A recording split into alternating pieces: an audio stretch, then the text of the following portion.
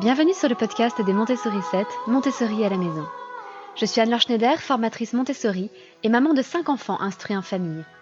Ma mission, c'est d'aider les parents, les assistantes maternelles, bref, tous ceux que dans notre communauté nous appelons des souricettes, à mettre en pratique la philosophie Montessori chez eux, avec leurs enfants ou les enfants qu'ils gardent. Dans ce podcast, nous parlerons donc de pédagogie Montessori, mais aussi de discipline positive, d'instruction en famille, ce que l'on appelle aussi l'école à la maison, de co-schooling et de bien d'autres choses encore. Je vous retrouve aujourd'hui après une longue journée qui a commencé à 3h20 du matin. Notre petit dernier a toujours parfois des difficultés de sommeil, donc je vous avoue que je suis bien fatiguée. Et j'ai attendu que les enfants soient couchés pour pouvoir enregistrer ce podcast au calme, pour éviter que vous ayez des cris d'enfants derrière, des cris de joie parfois, des cris de dispute, d'autres fois aussi. Et j'espère qu'il fait moins froid chez vous que chez nous. Je vous avoue que avec la neige qui est tombée ce week-end et le temps qui s'est bien refroidi, il fait un peu frisqué chez nous. Donc j'ai sorti ma couverture magique pour me blottir dedans pendant que j'enregistre. Heureusement que vous ne pouvez pas me voir en vidéo parce que j'aurais l'air peut-être un peu ridicule. Et oui, on appelle cette couverture notre couverture magique parce que c'est une couverture avec des manches et elle a un effet magique. C'est-à-dire que chaque fois qu'on met la couverture sur nous, on s'endort. Donc chaque fois que mon mari me la pique et essaie de simplement fermer les yeux 2 minutes sur le canapé, il s'endort automatiquement. Elle est absolument magique. Donc je vais essayer de ne pas m'endormir ce soir, mais plutôt de partager avec vous quelques réflexions qui me sont venues parce que nous avons fait des petits changements dans la chambre de notre dernier, notre petit bébé, qui va bientôt avoir 16 mois, donc un peu plus d'1 an. Et voilà, nous avons fait quelques changements dans sa chambre, car auparavant, c'était la chambre de sa grande sœur, Aliénor. Et j'avais fait une étagère spécifiquement pour elle, dans des tons de rose et violet. Elle avait ses propres cadres, etc. Et puis, nous avons fabriqué une étagère pour la chambre d'Étienne. Je vous en reparlerai très prochainement dans le podcast.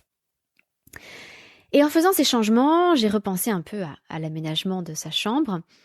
Et je me suis dit que j'allais vous parler aujourd'hui du fameux lit au sol Montessori et des principales erreurs que j'entends ou que je vois régulièrement autour de moi sur ce sujet du lit au sol Montessori.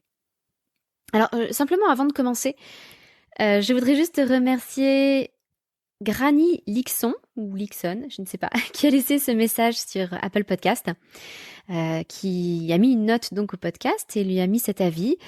Podcast instructif et particulièrement agréable à écouter. Les sujets sont tous intéressants et il y a toujours une bonne idée ou un conseil pour la vie de tous les jours. Je ne saurais que trop les recommander. Merci pour votre travail. Merci beaucoup Granny Lixon, ça me va droit au cœur et j'apprécie toujours de voir que mon travail est apprécié, valorisé. Tous les commentaires, tous les avis que je lis sur le podcast sont extrêmement positifs et c'est très, très encourageant. Dans ce début de nouvelle année. Donc merci beaucoup. N'hésitez pas à votre tour à faire une petite pause, là, juste avant d'écouter la suite du podcast, si vous êtes sur Apple Podcast, pour laisser vous-même une note et un petit avis, parce que c'est le meilleur moyen de faire connaître ce podcast à d'autres parents, à d'autres personnes qui seraient intéressées par la mise en pratique de la pédagogie Montessori à la maison, ainsi que par la psychologie positive, la discipline positive, voilà, toutes sortes de choses dont nous parlons régulièrement dans ce podcast. Mais revenons-en un petit peu au lit au sol. Avant de vous expliquer les 3 erreurs que je vois le plus souvent, revenons juste très rapidement sur le principe du lit au sol, tel qu'il a été présenté par Maria Montessori et celle qui a développer en quelque sorte la pédagogie Montessori pour les 0-3 ans, puisque Maria Montessori a posé les grands principes de cette pédagogie. Mais derrière, elle a confié la réalisation, ou plutôt les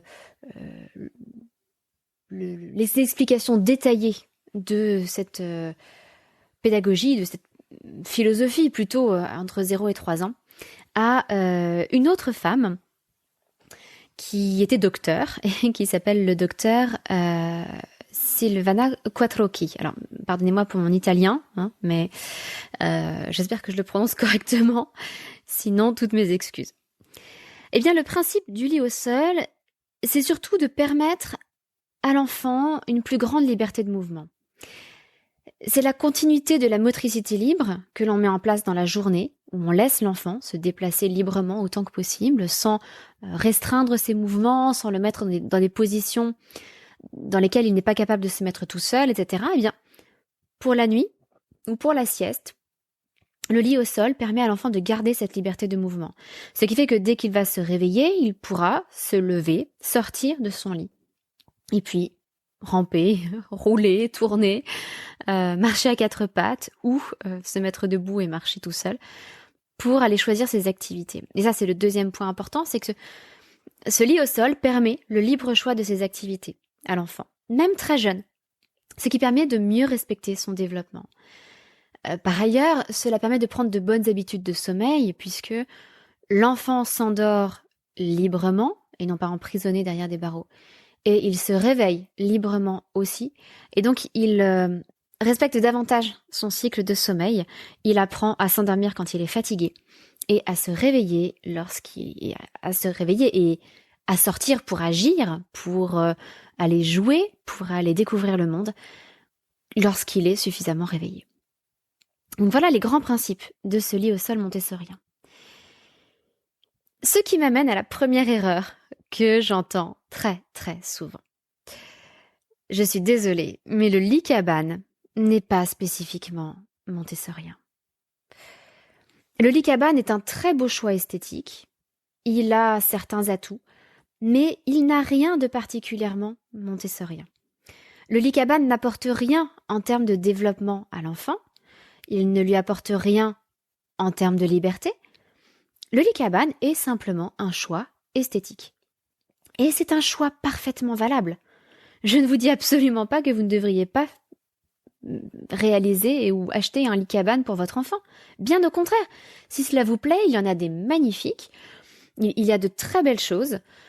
Et le lit cabane peut donner un certain sentiment de sécurité à l'enfant en rabaissant un peu le plafond et en ayant peut-être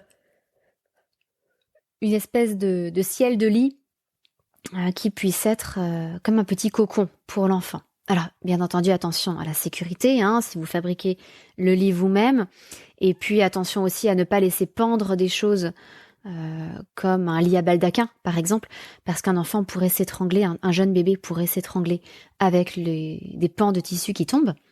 Mais, au-delà de ça, le lit cabane est un choix parfaitement valide, mais je vous en supplie, ne mettez pas l'étiquette Montessori dessus. Maria Montessori n'en a jamais parlé, aucun des disciples de Maria Montessori n'en a jamais parlé. Le lit cabane, c'est simplement quelque chose qu'on a rattaché à l'approche montessorienne parce que il est plus facile à mettre en place, évidemment, lorsqu'on part d'un lit au sol. Donc disons que c'est un complément esthétique au lit au sol, mais ça n'est pas montessorien. La deuxième grosse erreur que je vois avec le lit au sol, c'est que souvent les parents le prévoient beaucoup trop grand. Vraiment beaucoup trop grand. J'ai vu des lits au sol taille king size pour un bébé. Et ça part d'un bon sentiment, c'est que justement, en parlant de motricité libre, on veut fournir le plus d'espace possible à l'enfant, on veut lui laisser de la place. Et puis, pour un jeune bébé, on se dit qu'il pourra se retourner autant de fois que nécessaire et que pour autant il restera dans le lit. Donc on a le sentiment de mieux le protéger en lui fournissant un lit beaucoup plus grand. Le souci, c'est qu'un bébé a besoin de se sentir en sécurité. Et vous remarquerez que les bébés aiment bien être blottis, aiment bien sentir des limites autour d'eux. Le bébé dans le ventre maternel, il est serré, il est contenu.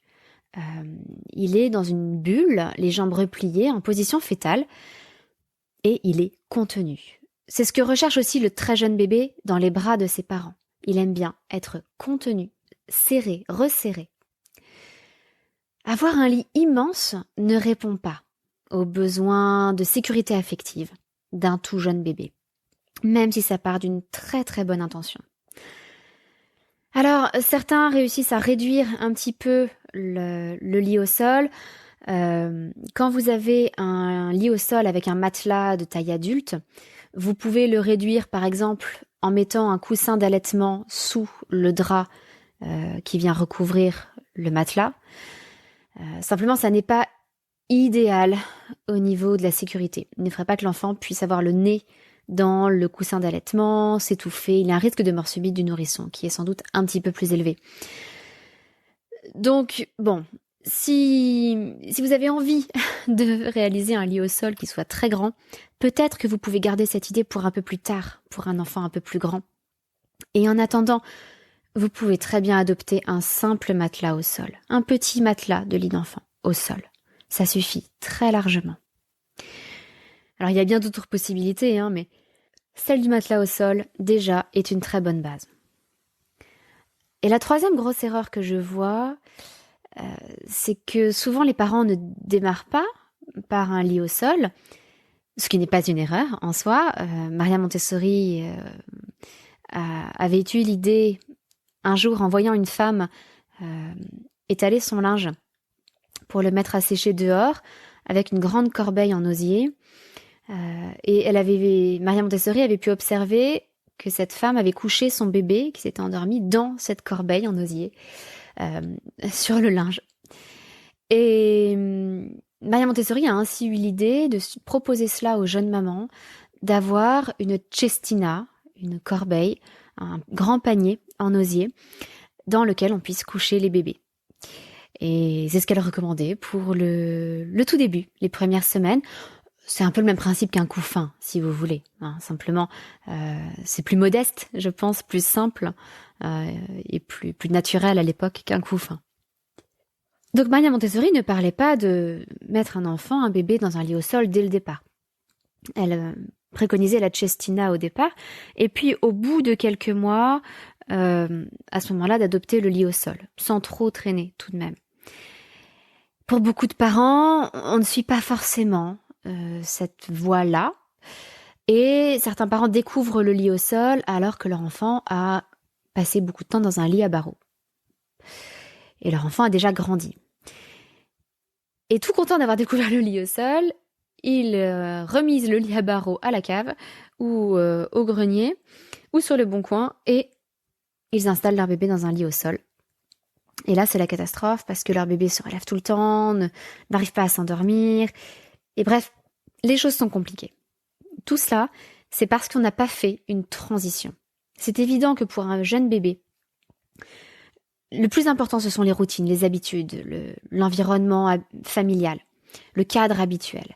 Et si on change des aspects importants de ce cadre habituel, comme l'endroit où l'on dort, où l'on se repose, où l'on doit être le plus en sécurité, évidemment que cela va considérablement perturber le bébé.